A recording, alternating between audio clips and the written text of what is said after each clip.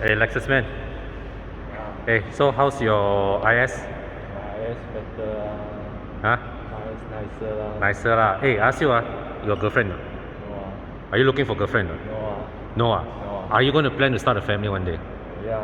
You plan to start a family one day Yeah. So can you imagine yourself in an MPV Can. So would you buy a Lexus MPV Yeah, absolutely. Okay.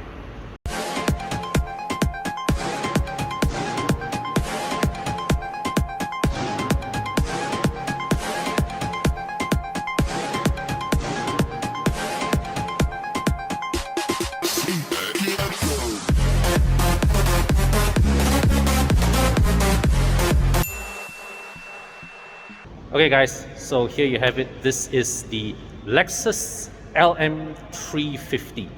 And let's not beat around the bush. This, under the skin, is a Toyota Alphard. Alright? But the difference is a Toyota Alphard costs under 450,000 ringgit. This thing costs 1.1 million. But engine is the same, chassis is the same, safety is the same. So the question is, what is fitted into this that justifies the 600,000 ringgit price gap? Because don't forget that both the Alphard and the LM are CBU anyways. So you can't, the usual argument that it's a CBU versus CKD, it does not apply here. Okay, so we shall go on a tour around this car. From the side profile, the mechanical origins of this car is obvious. All right, and well, one thing Lexus has done is that this is what they've done to mask the trademark shark fin of the shark fin panel of the Alphard, okay, by putting this plastic piece here. And you can see the window line, okay, now terminates here instead. So the glass house look of this, okay, it gives it a different look than the Alphard, but it's not a very significant disguise. The origins of this car are obvious right from the start. Now the thing is this though, don't be so quick to diss Lexus in using in basically reskinning the Alphard, because we haven't looked inside the car yet, but what I can imagine is that by not having to spend money on the technical underpinnings of the car, Lexus has the budget to lavish it all on the cosmetic appearance of the car, as well as the interior of the car. Okay, so well, we start from the bottom. The rims are of a unique design, but tire size is identical. So don't even be surprised that the suspension tuning between this and the Alphard may even be identical. Okay, now the tail lights are of a unique design, much more expressive looking than the Alphard. All right, so and you can see the way it is shaped. Obviously, it's also made to fit within the existing mounting points of the Alphard taillight. So don't be surprised in the months or years to come, we will see Toyota Alphard owners trying their very best to convert their Alphards to look like this. All right, whether that would be a straightforward modification or not, I don't know, but I'm sure there will be a lot of people who want to try their luck. Okay, but you can see there's you see this chrome strip here. All right, and the tail light here has much more exquisite detail compared to the Alphard. So here you can see there's the Lexus wording in here. All right, and there's a bit of a three-dimensional effect on the tail light. There's aerodynamic fins here at the side, and the illumination signature, okay, is very consistent across the width of the tail light. So it shows the high value nature of these tail lights. And you come down to the lower edge of the rear bumper, the lower edge is a more, it's chrome treated, so none of the sporty diffuser type elements here, but it's chrome treated at the bottom, and it has this this intersecting lines here to give it a more sort of like to accentuate the edge, the lower edge of the car. All right. And yeah, so you can see here, so there's this chrome strip here that goes down here as well. So obviously, right, with this whole part here is reshaped, okay, for the purpose to give the LM a more distinctive look than the Alphard. Now, of course, can't expect them to change much in terms of the sheet metal, okay, but you can see the lower edge is there's a chrome strip down at the lower edge, and of course, you come to the front. This is where perhaps the biggest cosmetic differentiation can be done.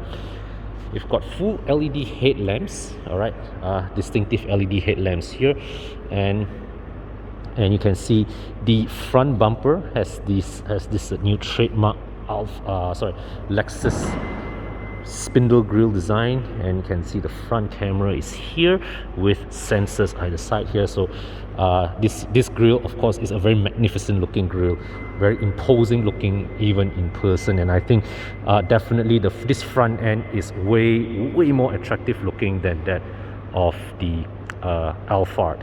So you can see here at the side, it's all touches of chrome, all right, even down here as well, this L-shaped chrome line here to frame the bumper. Now, of course, the highlight of this would be the interior, and we shall go check it out, starting with the boot.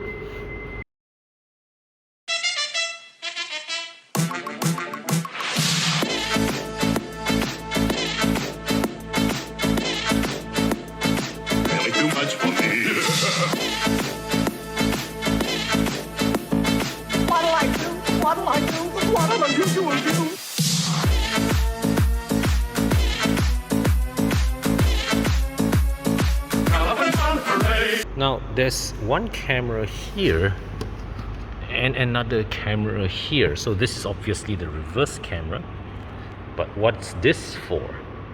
We'll explore later. The boot, okay, does not have powered opening, all right, but you see, look at the mechanism here. This mechanism here, all right, what it does is you have to lift the rear hatch manually, but they built a mechanism here to pull the tailgate back. So you have to open and lift the tailgate up, but to close, it's just a one simple mechanism to pull it down. So in a way, it gives you the power function, okay, but with a far less complex execution. And the advantage is this, because it enables this motor to be significantly more compact and be integrated within this. Because imagine a powered tailgate, all right, and especially for a tailgate this massive, what you will need is expensive powered gas struts mounted either side, really thick either side, to be able to lift the weight of this tailgate. But having this, okay, simplifies it a bit. And the thing is, because these struts already reduce the weight of the tailgate, all you have to do is exert a bit of effort to lift it up slightly, and the gate will pop itself up. And all you need is, when you're done, press the button and it will close. Okay, so now this is only two individual rear seats, so it's very spacious boot. Okay, so here there's this hook here,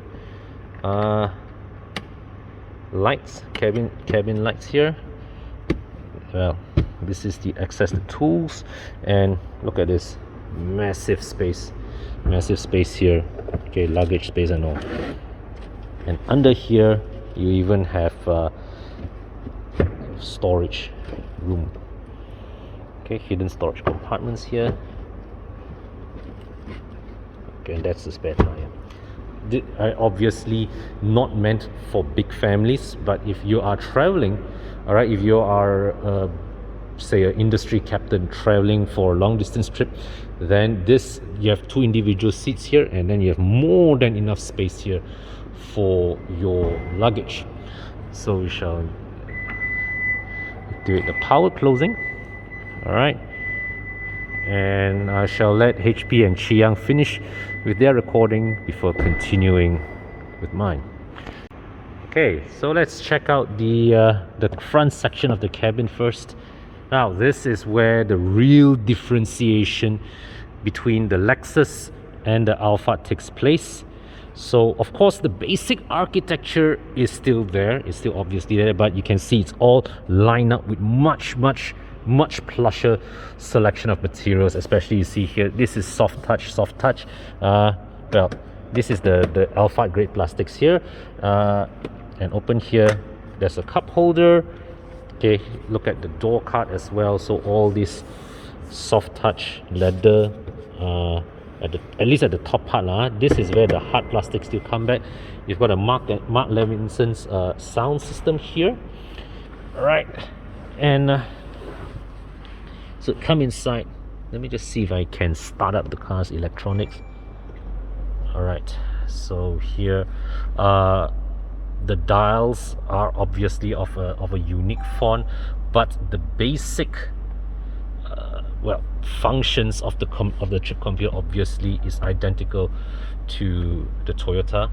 And here, this is the they have an integrated Lexus infotainment system, and well, it's touchscreen operated, which goes together with the with this touchpad. So this integration here, this is of course unique to the Lexus. All right, and also of course all these controls.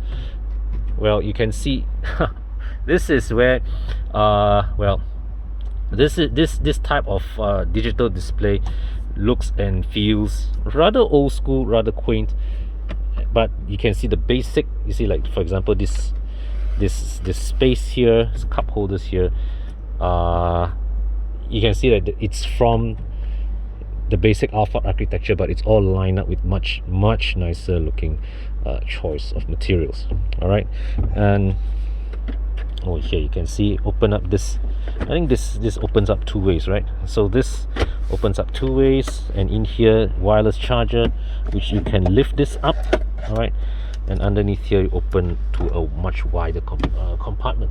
Now earlier on I showed you a camera to the at the rear windscreen, and the reason why is that you can see at the back here there is this partition. All right, so when the rear passenger has the option to, you know, to blank that out. So when that happens, you are dependent on that rear mounted camera to serve you visual feed at the back. Chiang, can I trouble you to stand at the back of the car, please? Okay, so well, that's Chiang over there, and you can see here his image is his body is captured in the by the camera. All right, so this is the same camera setup as I showed you earlier in the Harrier, and now it's here. So well, this is a particularly useful application. And so the driver's the front section here has the cockpit section here has its own dedicated sunroof. All right, but I think the real attraction of this car really is at the back. Saved about 500 bucks. You save about 1,000 plus. To work out cheaper for me. 4,000. 215, even more. It's for 200 plus, 400 bucks of savings. Okay, so we arrive at the party piece of the Lexus LM. So inside here, this is a real lounge of a place, and so all you have, two individual seats at the back. I think only this view does it any justice. So you are really sitting behind here, you are really fully isolated from the driver. It's almost like flying business class, all right, in a plane, where you know you have this dedicated center console here. All right, and you have the option. You see, press this button, that screen becomes translucent to give you more privacy. At the back, God knows what you can do here. So you've got two USB ports here with a headphone jack, one more for this passenger as well. All right, and you can, this is the lean adjustment here, cup holders, and over here, wow, you've got a chiller as well. There is like your magazine. This is really like sitting in a plane. All right, and this is, and as much as, and this is why, all right, okay, so one more here. So you got the sunroof here, which you can open and close. Dedicated climate control, classy analog clock here. All right, so got sunshade, and there you have it. Unmatched legroom here. So it's with this with the Lexus LM, and this really is why you pay 1.1 million ringgit for one. Okay guys, so here you have it. This is the Lexus LM 350, a very unique product concept from Lexus. Now of course, on initial the cynical amongst us would say that, hey, this is a rebadged Alphard, a reskinned Toyota Alphard, and in a way, yes, this car is using Toyota Alphard underpinnings, no question about it. But the money that Lexus saved in not having to redevelop the mechanical underpinnings of that car is all poured, all right, to create a motoring experience, a chauffeur-driven motoring experience that I would say, in some aspects, may even exceed that of sitting in a Rolls Royce. Yes, you know, being in a Rolls Royce, being in a Bentley, you may be surrounded, you may be surrounded with more slightly plusher selection of materials, but this one here gives you that feeling of flying business class in a long haul flight. So imagine, right, commuting between KL and JB or KL and Penang now feels like flying business class in Emirates Airlines or in Qatar Airways or in Etihad Airways, you know, here to Middle East to Europe, that kind of feeling. So this is really not the car for anyone, but those who buy it, they are buying a sense of occasion every time when they travel over a long distance.